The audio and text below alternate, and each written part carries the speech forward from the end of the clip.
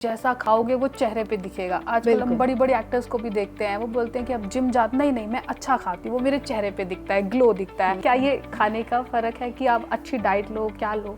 बिल्कुल, ये बिल्कुल सही बात है, क्योंकि जैसा हम खाते हैं, एक बोलते हैं ना क्लीन ईटिंग मतलब आजकल प्रोसेस्ड फूड, जंक फूड ये सब बहुत ज़्यादा बढ़ गया है, जिसकी वजह से और यंगस्टर्स इतना लेते हैं। मतलब हम कहते हैं कि हफ्ते में एक बार या महीने में एक बार, ऐसा नहीं हो रहा है, रोज यंगस्टर्स आजकल जंक फूड लेते हैं। क्लीन ईटिंग तो है ही नहीं आजकल। तो जब क्लीन ईटिंग नहीं होगी, हमारा गट हेल्थ अच्छी नहीं होगी, तो हमारा फेस पे तो दिखेगा, एक्ने होगा, फेस डल हो जाएगा। सबसे पहले हमें फेस पे दिखाई देता है, क्योंकि हमारी गट हेल्थ हमारे फेस पे बिल्कुल साफ दिखती है। तो हमें क्लीन ईटिंग ही करनी चाहिए अगर आपको फेस पे अपने ग्लो लाना है, क्लियर रखना है। आजकल गर्ल्स इतनी ज़्यादा कॉन्शियस हैं, पता नहीं तरह तरह के आजकल प्रोडक्ट्स लगाती हैं, 9 स्टेप्स रूटीन रिजीम करती हैं, लेकिन अपने गट का ख्याल नहीं रखती हैं, क्लीन ईटिंग नहीं करती हैं। सबसे ज़्यादा इम्पॉर्टेंट है क्लीन ईटिंग करना, प्रोसेस्ड फूड ना खाना। और अगर खा भी रहे हो तो वीकली खा लिया, 15 डेज या मंथली खा लिया, चलता है, क्योंकि आजकल इससे रोकना मतलब इससे बचना बहुत मुश्किल है। लेकिन regularly eating is not good, तो उससे हमें बचना चाहिए। बिल्कुल, जैसे मैम आप बता रहे थे कि प्रोसेस्ड फूड आजकल बड़े तो फिर भी एक बार के लिए, कुछ दिन के लिए रुक जाएं, लेकिन जब हम बच्चों की बात करते हैं, जी, बच्चे नहीं रुकते। देखिए, जब तक बच्चा छोटा होता है, जैसे आपने कहा कि जब तक स्कूल नहीं जाता, जब तक तो पूरा हमारे हाथ में है, क्योंकि आजकल ये इतना ज़्यादा बढ़ गया है ना, जैसे हमने अभी पहले भी बात की कि इससे बचना बहुत मुश्किल है।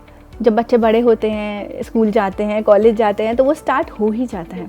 तो हमें सबसे पहली कोशिश ये करनी चाहिए कि जब तक बच्चा हमारे हाथ में है, जब तक हम उसे कुछ प्रोसेस्ड ना खिलाएं, और अगर बच्चा मांगता भी है तो उसे घर का बना हुआ खिलाएं। और ये प्रैक्टिस हमें खुद से पहले शुरू करनी पड़ेगी। मतलब अगर जैसे आप सपोज करो आप खा रहे हो, तो फिर तो आपका बच्चा ऑब्वियसली मांगेगा। आप चॉकलेट्स खा रहे हो, चिप्स खा रहे हो, जंक फूड बाहर से ऑर्डर कर करके खा रहे हो, तो आपका बच्चा भी मांगेगा। लेकिन पहले आपको खुद को कंट्रोल करना पड़ेगा, तभी आपका बच्चे तो देख के ही सीखते हैं। अब वो आपको देखेंगे, आप क्लीन ईटिंग करेंगे तो उनकी हैबिट बन जाएगी वो क्लीन ईटिंग करने की। तो जब वो बड़े होंगे तो वो उनको समझ आएगा कि नहीं, व्हाट इज़ क्लीन ईटिंग और what is not good for us. Awareness बढ़ रही है, तो काफ़ी सारे ऑप्शंस भी बढ़ रहे हैं। जैसे कि अगर बच्चे को आपको हफ्ते में एक बार नूडल्स खिलाने हैं, तो मिलेट नूडल्स खिला सकते हैं। पिज़्ज़ा बनाना है तो उसका बेस मिलेट्स का बना सकते हैं।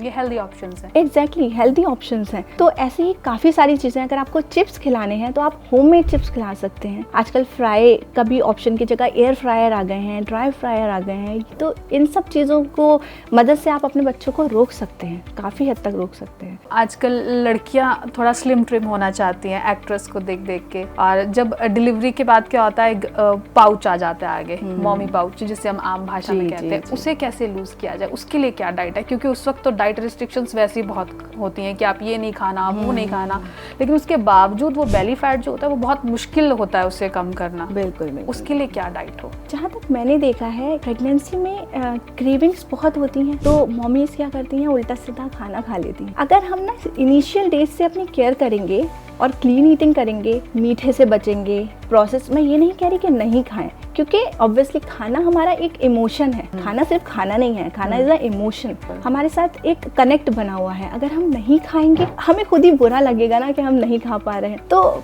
खाएं, बट लिमिट में खाएं। प्लस अपनी डाइट पे अगर हम इनिशियल डेज से ख्याल रखेंगे, हम देखेंगे कि हम कितना प्रोटीन ले रहे हैं, कितने कार्ब्स ले रहे हैं, हेल्दी फैट्स ले रहे हैं, विटामिन्स मिनरल्स पूरे ले रहे हैं या नहीं ले रहे हैं, ये सब हम ख्याल रखेंगे, तो हम काफ़ी सारी जो प्रेगनेंसी में डिसीजेज हो जाती हैं, थायराइड हो जाता है, जेस्टेशनल डायबिटीज़ हो जाती है, उससे बचेंगे। प्लस वेट मैनेजमेंट में ड्यूरिंग प्रेगनेंसी और आफ्टर प्रेगनेंसी भी काफ़ी हेल्प होगी। प्लस एक चीज़, शुगर से बहुत कुछ नुकसान होता है हमारी बॉडी में। जो हम बस शुगरी चीज़, कोई भी मीठी चीज़ होती है, हम फौरन खा लेते हैं, हम कंट्रोल नहीं कर पाते अपने आप को। बिल्कुल हम ऐसे करके लपक के खा लेते हैं, लेकिन थोड़ा हमें कंट्रोल करना है। हमें प्रोसेस्ड के अलावा शुगर हमें थोड़ी सी, अगर हम नहीं खाएंगे तो उससे काफ़ी फ़ायदे हैं, काफ़ी ज़्यादा। गट क्लीन रहेगा, आपका मेटाबॉलिज्म स्ट्रॉन्ग होगा। शुगर खाने से मेटाबॉलिज्म बहुत स्लो हो जाता है, इसकी वजह से फैटी हो जाते हैं। तो अगर आप शुगर नहीं खाएंगे तो आपका बॉडी टोन होनी शुरू हो जाएगी। आप 1 हफ्ते या 2 हफ्ते शुगर छोड़ के देखें, आप अपने फेस पे नोटिस करेंगे चेंजेस आने। मैम आपने शुगर की बात की, लेकिन जैसे कई लोग या कई डाइटिशियन ये भी बोलते हैं सॉल्ट भी कम कर दो, मसाले भी कम कर दो, तला भुना भी मत खाओ, तो फिर लोग कहते हैं खाए क्या, कि घर पे पराठे तो बनने ही है सुबह ब्रेकफास्ट में, तो तला भुना ना खाएं तो पराठे ना खाएं, स्पाइसी ना खाएं तो फीका खाएं, घास फूस खाएं, नॉनवेज मत खाओ, वेज मत खाओ, ये मत, तो फिर खाएं क्या? आजकल तो बहुत चीजें चल रही हैं, वीगन खाओ, ये खाओ, तो बेसिकली ये सब चीजें क्या सचमुच इफेक्ट डालती हैं हमारी हेल्थ पे, और कितना डालती हैं, और क्या खाएं बेसिकली? देखिए, इसमें ऐसा है कि डिपेंड करता है बॉडी पे। हर इंसान का अलग अलग बॉडी, अलग अलग उसमें डिसीजेस और वेट, हाइट सब डिफरेंट होता है। तो अगर आपको कोई डिसीज है, जैसे डायबिटीज है, हार्ट की कुछ प्रॉब्लम, बहुत कॉमन प्रॉब्लम है आजकल, हार्ट, थायराइड और बीपी प्लस शुगर, ये बहुत ज़्यादा कॉमन डिसीज है। तो अगर आपको कोई डिसीज है तो आपको उसके हिसाब से खाना खाना चाहिए। जैसे आपको डायबिटीज़ है तो ऑब्वियसली आपको अपनी कैलोरीज पे कंट्रोल करना चाहिए, आपको लो जीआई वाला खाना खाना चाहिए। जीआई क्या है मैम? जीआई मतलब जीआई की फुल फॉर्म होती है ग्लाइसेमिक इंडेक्स। हर खाने का जीआई होता है 1 to 100।